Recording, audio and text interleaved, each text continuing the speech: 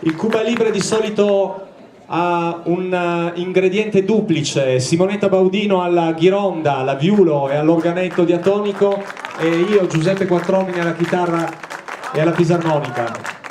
Ma stasera gli ingredienti si sono moltiplicati ed è veramente con grande piacere che vi presento Erika Molineris alla voce straordinaria.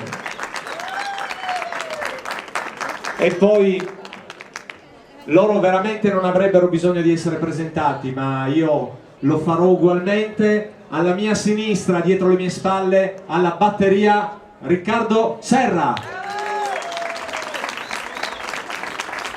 Sempre dietro le mie spalle, alla mia destra, al basso, Daniele Giordano.